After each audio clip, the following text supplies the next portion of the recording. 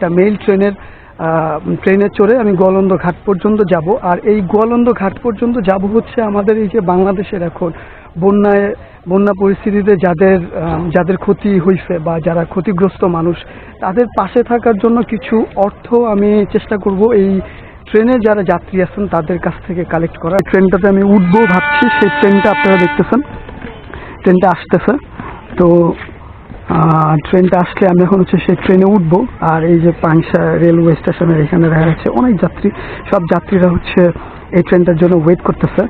তো ট্রেনটা এখানে এসে থামবে, থামার পরে আমি ট্রেনে উঠবো। ওঠার পরে এই ট্রেনটা এই দিক দিয়ে সরাসরি চলে যাবে গোয়ালন্দ ঘাট। এখন গোয়ালন্দ ঘাট পর্যন্ত আমি যাব। আর এই ট্রেনটা আবার ব্যাক করবে হচ্ছে গোয়ালন্দ ঘাট থেকে কুষ্টিয়ার দিকে, মানে পোড়াদার দিকে। ট্রেনে মোটামুটি ভালোই ভিড়। আমি এই ট্রেনের এই মানুষগুলোর কাছ থেকে আমি হচ্ছে তোলার চেষ্টা করব, যেই অর্থটা আমি তুলতে আসছি সাহায্য হিসেবে। আমি ট্রেনে যত মানুষ থাকবে সবার কাছ থেকে তোলার চেষ্টা করবো। তো ট্রেনে এই লোকাল ট্রেনটা আমার বেছে নেওয়ার একটাই কারণ লোকাল ট্রেনে অনেক যাত্রী থাকে, এর ফলে আমি লোকাল ট্রেনটা বেছে নিচ্ছি। তো মানুষ দেখা যাচ্ছে নামতেছেন, আমার পরে উঠবো। বন্যায় ক্ষতিগ্রস্ত মানুষের জন্য যদি কেউ সাহায্য করতে চান, সাহায্য করবেন কেউ? বন্যায় ক্ষতিগ্রস্ত মানুষের জন্য কেউ সাহায্য করতে চাইলে সাহায্য করতে পারেন।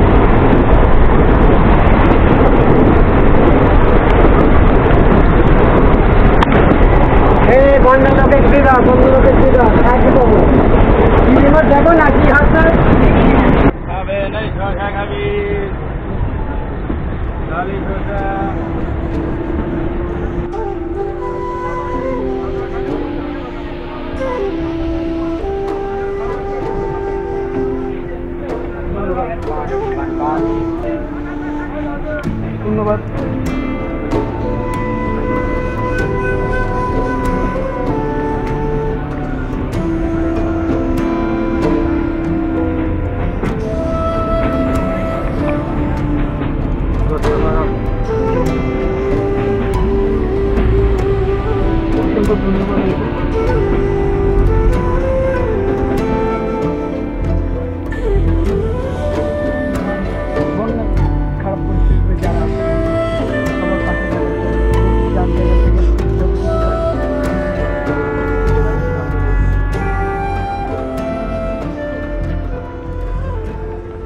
আমি এখন রাজবাড়ি স্টেশনে এসে থামলাম।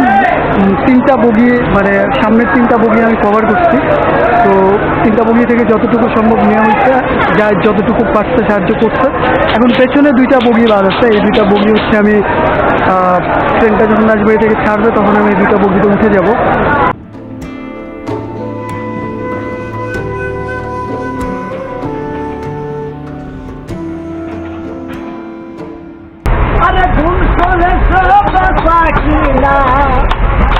কদম চলছে রাস্তা কিনা যাচাই করে লও পিড়িতের বাজার ভালো না পিড়িতের বাজার ভালো না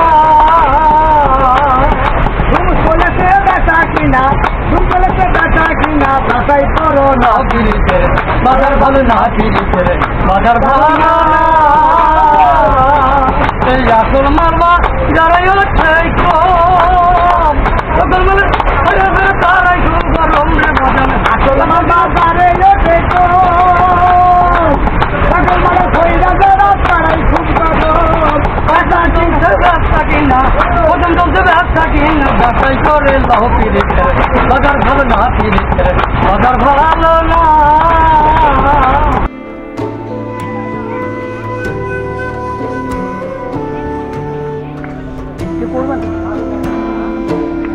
বন্যায় ক্ষতিগ্রস্ত মানুষ। ধন্যবাদ।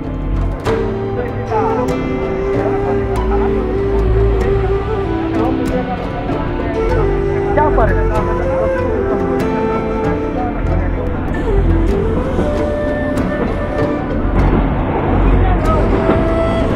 অসংখ্য ধন্যবাদ ভাইয়া, অসংখ্য ধন্যবাদ।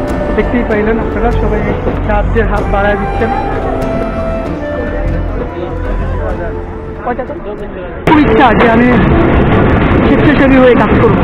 তো আজকে আমার ফান্ড কালেক্ট হয়ে গেলে, কালেক্ট করা হয়ে গেলে আমি কালকে ইনশাআল্লাহ ঢাকা পৌঁছে যাব, এবং ঢাকা পৌঁছালে আমি ঢাকা গিয়ে আমি সিএসসিতে গিয়ে আমি আমার যে ইচ্ছাটা সেটা আমি, বা আমার যে কাজের যে ইচ্ছাটা সেটা আমি করে, মানে স্বেচ্ছাসেবী হয়ে কাজের যে ইচ্ছা সেটা আমি অবশ্যই সিএসসি গিয়ে আমি আমার কাজ শুরু করবো। তো সবাই সাথে থাকবেন, দেখতে থাকেন কতদূর কী করতে পারি।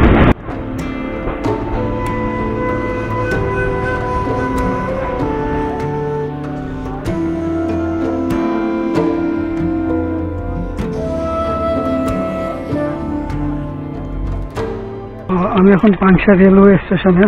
আমি আজকে এই মুহূর্তে আমি গোয়ালন্দ ঘাট থেকে হচ্ছে ফান্ড কালেক্ট করতে করতে যে ট্রেনে গেছিলাম ওই ট্রেনেই আসলাম।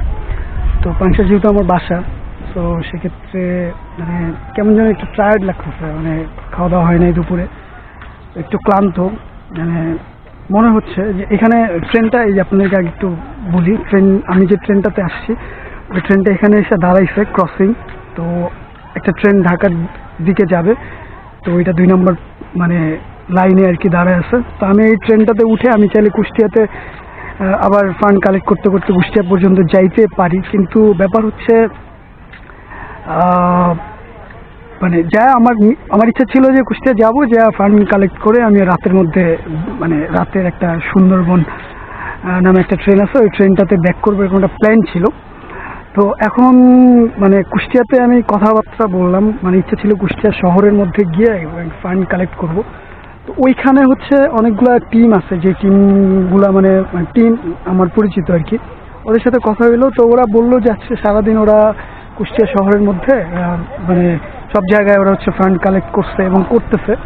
তো এর জন্য মনে হলো যে কুষ্টিয়া শহরে এখন আর না যাই, সকালে ভোরে একটা ট্রেন আছে, একেবারে ভোরে 5টার পর একটা ট্রেন, তো ওই ট্রেনটাতে উঠে ফান্ড কালেক্ট করতে করতে চলে যাবো হচ্ছে ঢাকায়। এই ট্রেনটাতেও চলে ঢাকা যাওয়া সম্ভব ছিল, এই ট্রেনটাতে আমি চলি নাই। ডিসিশন নিচ্ছি যে আমি এখন আর কুষ্টিয়ার দিকে যাচ্ছি না, আমি এখন হচ্ছে পাংশাতেই আজকে থেকে যাব। দেখা হচ্ছে কালকে সকালে, আর আমি কালকে সকালেই আপনাদেরকে আপডেটটা দিব যে আমি আজকে সারাদিনে আমি ট্রেনে কতটুকু ফান্ড ক্রিয়েট করতে পারছি কালকে বলবো, কারণ এখন আমি গুনি নেই। তো গুনে আমি সকালে ওই অ্যামাউন্টটা বলে দেন সকালের কাজ আমি শুরু করবো। তো দেখা হচ্ছে কালকে সকালে।